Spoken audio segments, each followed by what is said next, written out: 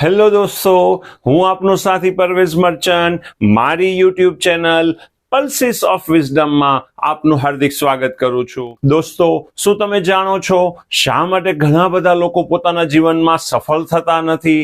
શા માટે MBBS medical કોલેજની તૈયારી કરતો વિદ્યાર્થી નીટમાં પૂરતા માર્ક્સ મેળવી શકતો નથી? ઇન્સાન વેટ લોસ તો કરવા માંગે છે, પરંતુ 7 દિવસ પછી હિંમત હારી જાય છે. શા માટે વર્ષ 2023ના નવા વર્ષનો ગોલ નક્કી કર્યા પછી એક સર્વેના મુતાબિક 70% લોકો પોતાના નિર્ધારિત કરેલા ગોલને 1 અઠવાડિયા પછી ભૂલી જાય છે. શું આપની સાથે પણ કંઈક આવું જ થયું છે? અગર આપનો જવાબ હા હોય તો આજથી શરૂ કરેલી આ ગોલ સિરીઝ જોવાનું ચૂકતા નહીં.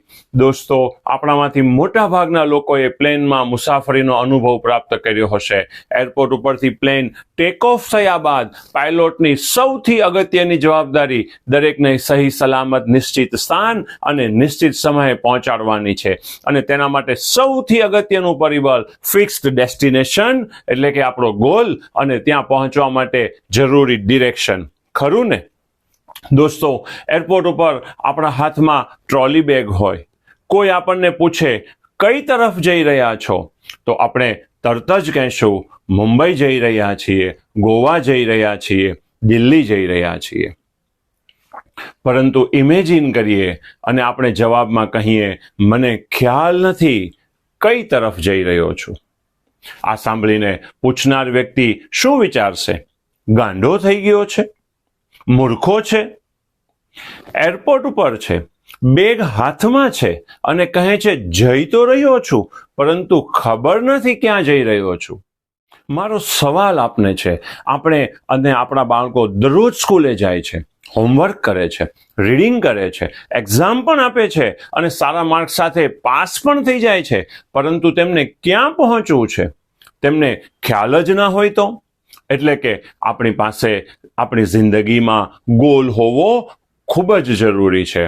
અગર આપણા જીવનમાં ગોલ ન હોય તો આપણું જીવન એક કપાયેલા પતંગ જેવું છે, મુસાફરીના આયોજન વગર ઉડતા પ્લેન જેવું છે, કંપાસ વગરના વાહન જેવું છે કે જેમાં નિશ્ચિત સ્થાને પહોંચવાનો ન તો કોઈ ઉમંગ હોય છે, ન કોઈ આશા હોય છે અને ના કોઈ ઉત્સાહ હોય છે. અગર આપણી જિંદગીમાં ફિક્સ્ડ ગોલ હોય અને તેને પૂરો કરવા માટે અથાગ પ્રયત્નો પણ કરવા પડતા હોય તો પણ ઇન્સાન હિંમત નહીં હારે અને પોતાના નિર્ધારિત કરેલા ગોલને અચીવ કરીને જ રહેશે. Do you know that the authors went through obstacles at first before becoming successful? Yes, dosto.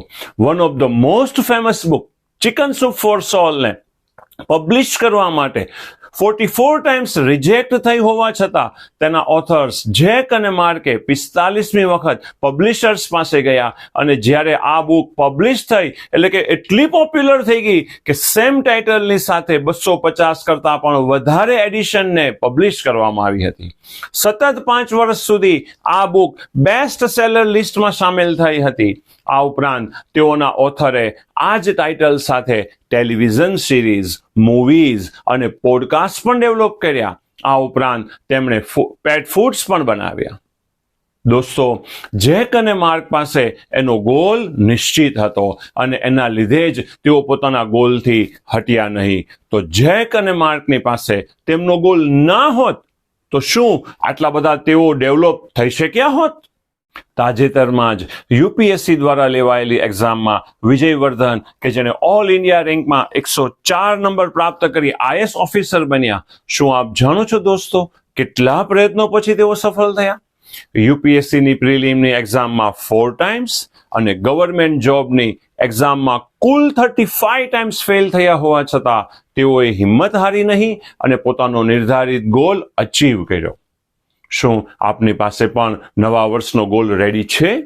શું તમારે તમારું નક્કી કરેલા ગોલને સફળતાપૂર્વક પૂરું કરવું છે?